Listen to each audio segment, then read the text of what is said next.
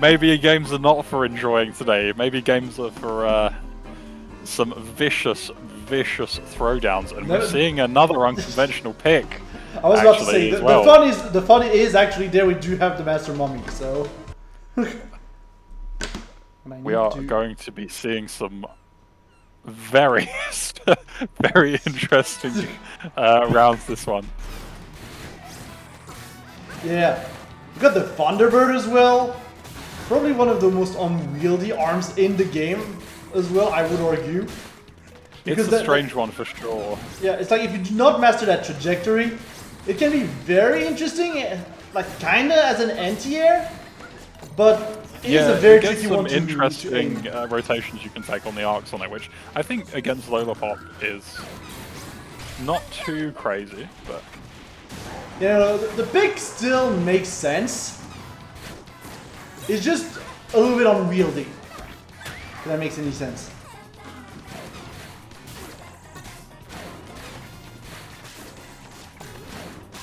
But yeah, Raziel's struggling at the moment to actually make that work. It's tricky as well because Mummy likes to use that block. He likes to restrict that chip damage he's taking, but against explosive arms, that's a little bit trickier. There's a little bit more chip coming out. There's more to be caught by, more downtime, more shield damage. Yeah, that's the thing. Like, you gotta remember that the armor, even if it doesn't put you into knockdown, because of it, it's still half the damage of the regular hit. It's still a little bit tricky. Yeah, it can add up, and I think sensibly Raziel. Ooh, that was some very acrobatic movement there from Master Mummy, and a very stable rush trade. Yep. Yeah, the double chiller I think is fairly wise here. Yeah, really shuts Lola down, a bit more reliable than the T-Bird. Yeah, I do believe so as well, honestly. There's a grab coming out from Ripha. Continuing down the pressure with those explosives. Like, they never stop coming, but neither does Raziel right now. Ooh, the armor. Quick blocking there from Raziel. Yep. And here we're seeing that Super Armor doing a hell of a lot of work there on Master Mummy. The explosions only chipping away at him, but it lets Raziel keep up the onslaught with those chillers, keeps building rush, keeps building up that risk, and letting him take the round out. Yeah, that's the thing. Like, as we were mentioning earlier, there are like a few attributes that you kind of want to have against the heavies in this game in order to break their super armor and get them into hard knockdown. Explosion is not one of them.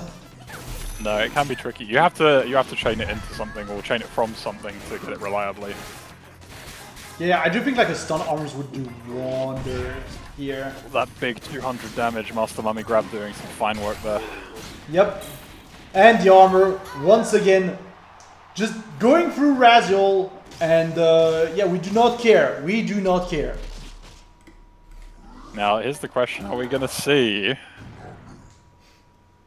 Ripha stick out the Nuka Lola, or are we going to see a more traditional Ripha pick come out? I do wonder, because I really don't think the Nuka Lola can really do that well against the Mummy. I do think that we need at some point to have some kind of arm to maybe get a confirm. Like a wind arm, or an ice arm, an electric arm, to just complement the setup, at the very least. We're going very quickly, and the bans will sort out very quickly. Nuka Lola is staying. I was wondering if it would stay, because Ripha does like committing through a bit, and this is definitely the kind of stage to work this in. And as we've seen already, the stage picks can make a huge difference on these matchups. Yeah, and this is also the first time we are going to be seeing Ninja College today. This is the largest stage in the stage list, at the very least. Which means that a lot of the time, if you are on one side of the stairs and your opponent is on the other, you won't reach, actually. That's the funny part. This is like one of the few situations where the arms just won't reach. Yeah, there's a huge wiggle room for maneuvering and stuff, but the height advantage can make a huge factor as well. I famously dislike this stage because my Max Brass does not handle verticality very well, let's call it. Even though, because of the stage size, you can actually retreat up into the performing his supercharge fairly reliably, but the actual stage conditions don't do him any favors at all. And it seems they did favor Raziel in this one. Yeah, that's the thing. Ripha was just completely stuck on that bottom side.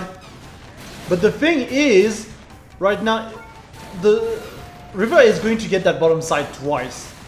Because one of the quirks of the stage is that obviously you spawn on one side or the other of the stairs. And depending on whether you're player 1 or player 2, you will have like some port priority on that. And so you will like spawn on the top twice or on the bottom twice, depending on your player port. Yeah, I think Ripha kind of sensibly trying to get out of that rush there, given the arm break. Big rush though, 425. Yeah, almost 50% off of And, that. being on the top side of the stairs doing a lot of work. Yeah. Yeah, being on top is just such an advantage. Yeah, it's going to be really interesting seeing Ripha try to position himself back in next round, because as we can see, it made a hell of a difference. Yeah. That's the thing, he does have to get past though this wall of chillers that's coming from Raziel. And again, he doesn't have that many options with the new Lola to actually get past. I did see the Tri-Bolt in his inventory, but he's not going for it. No, I think the rush was good there, just from a positioning standpoint. Hopefully that will give him the angle. The homie has such a nice seeking aspect to it that it's really nice on this. I mean, that is why we call it the homie, to be fair. It is homing. Yeah, grab is not going to reposition, but yeah, it's still 200 damage. Yeah, lots of shield pressure still coming out from Ripha. Yeah, Ripha very carefully repositioning at the very top of Ninja College, but getting caught by the rush here. Alright, it does look like it's going to be probably GG's from corner pressure if Ripha doesn't manage to like get his way here. Getting out of the corner there, but it gave him just enough of an opening. Yeah, and just now we've got 20 seconds of chipping. Yeah, that's the thing. He needs to like maybe get a chip. The rush especially not working out here. And Raziel is going to be able Mommy to... has a strong position because you can get that extra little bit of shielding from one. Healing from one, rather. Yeah. It's just rough, honestly. I do think that Raziel's pick of Master Mummy is actually completely counterplaying Ripha right now. If he's like sticking to the bit. Interestingly, we've got the same bands and the same stage pick. Yeah, and the thing is, because they still have the same player reports, like, Ripha is still going to be in the same position. I think Ripha's on a mission. Yeah. He wants to prove that Ninja College is working.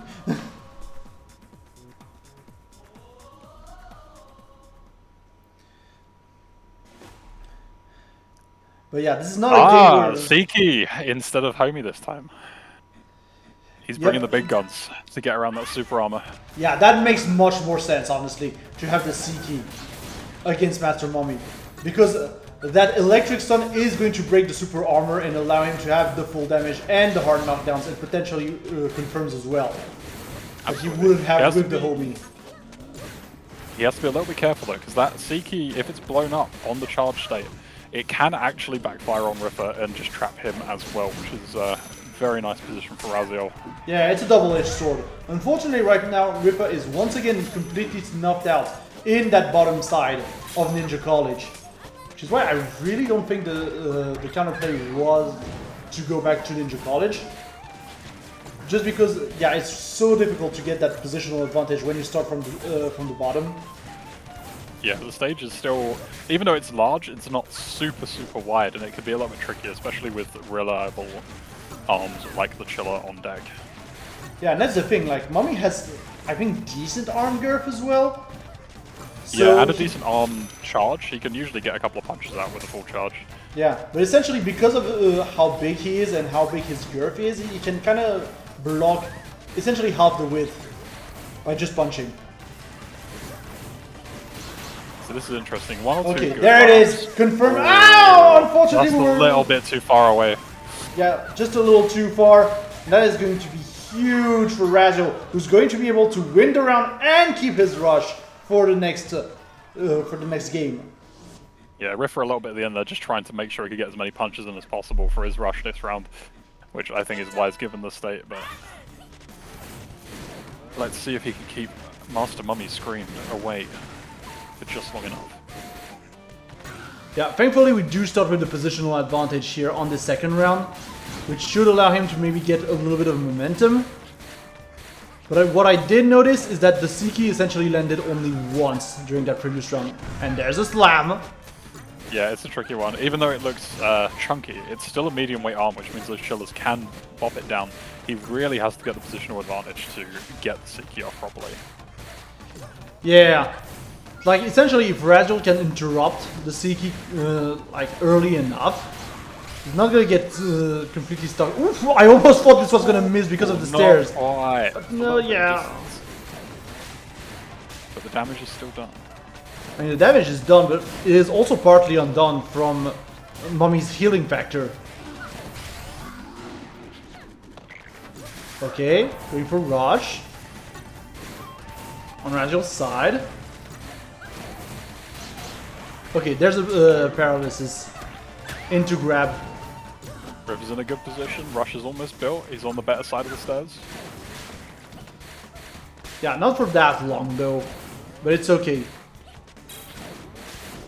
Just once again, I feel like Raziel is recognizing very well that the main threat here is the Siki. But yeah, we're just a little bit too far to get any confirmation off of that. Yeah, it's sensible from Ripha there, not going for the rush. I don't think he needs to. Yeah, and even Raziel, we still have like 1 round advantage. Is just going to go to the 1-1. We really don't need to waste any rushes on this round. Definitely, especially if it gives Ripha the opening to actually get himself to the top of the stairs this time. He needs every tool he can get. Yeah, he needs everything that he can get. Honestly. And there it is. Yeah, finally we're going to get full damage of the Siki. 390. Yeah, plus the Siki damage prior.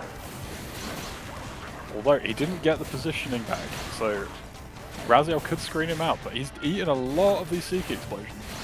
Yeah, Raziel is eating all of those Siki explosions right now. I think Ripha's found a nice little position where he can just get under those arms. Yeah, right under. And we've got another rush ready to go.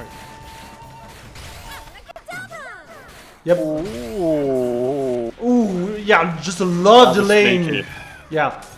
I did see the line where Ripha was trying to punish the jump. But unfortunately, Raziel having their own rush afterwards kind of screwed them over. Yeah, because a rush gauge would have meant that would have just been an even knockdown on the Siki, and the chillers would have recovered much, much quicker. Yep, and there's the explosion though. And it's starting to unravel just a little bit right now for Ripha. Okay, managed to get to break the grab here. This is good.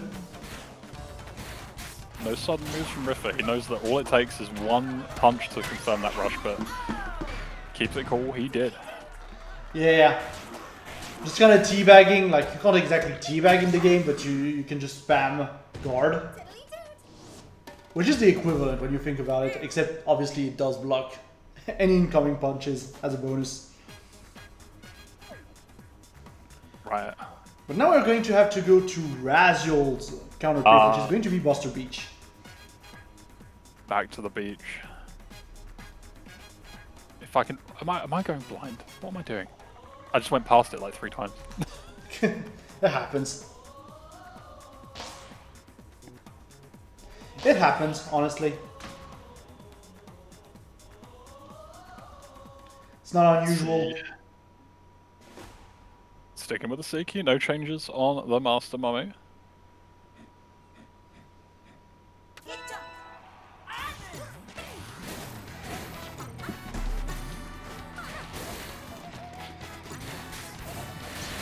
Yeah, that's the thing. We're really starting to get to see Ripha landing those Sikis a lot. I will say. Like ever He's since found that, his rhythm. Yeah, I mean, I do think that the Siki was the change that he needed, all things considered. 100%. The super armor can be a real problem. It'll be interesting as well this time, given the little platform there in the middle of Buster Beach, whether that's going to give him a little bit more positioning room to land the Seiki explosion safely. Yeah, honestly, very good movement though from Raziel in order to avoid the Seiki explosion during the rush. And that super armor coming in very handy there. Yep.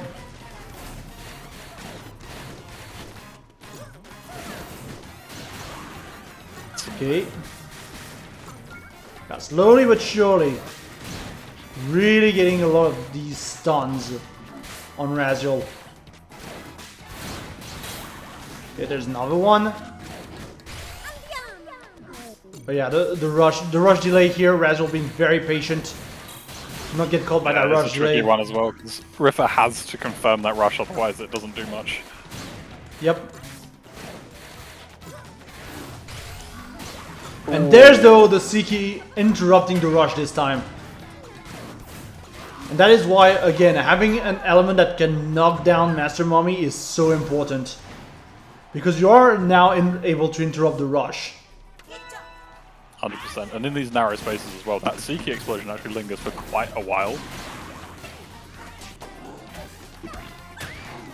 And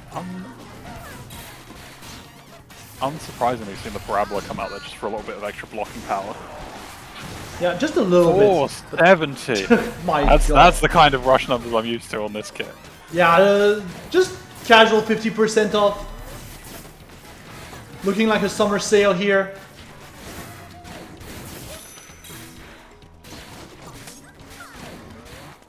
And yeah, right now Ripha just doesn't necessarily have the positional advantage, but with that health lead, who needs it really? Yeah, it's going to very much come down to whether Raziel can make a very distinct opening for himself. Yeah, I mean, the rush is a good start. That's still 305 off of catching that dash.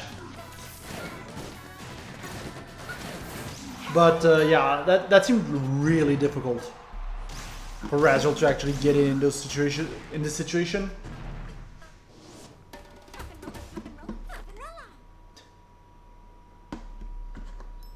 And we're doing the same stage again. Yep. Sure Master are. Beach is a real.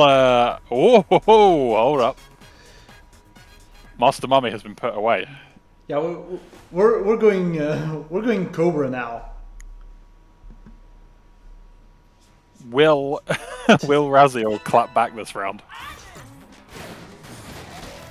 I mean, that is the question. Because that's the thing now. Ripha is going to have to completely switch rhythm. Again, like, we went from the slowest character in the game to the fastest character in the game. And a very slim one at that. Yeah, and there's not a lot of room to move around, so the clapback is going to cover some real space against that Seiki. It's fairly easy arm to block, generally speaking. Yeah, because the Seiki does not have that much curvature, all things considered. That clapback is a big clapback. Yep. And biggest arm girth in the game. But yeah, and you can already see Ripha kind of struggling here to get his rhythm back. And yeah, block getting grabbed. And the drill. Yeah, again, the clapback being so threatening.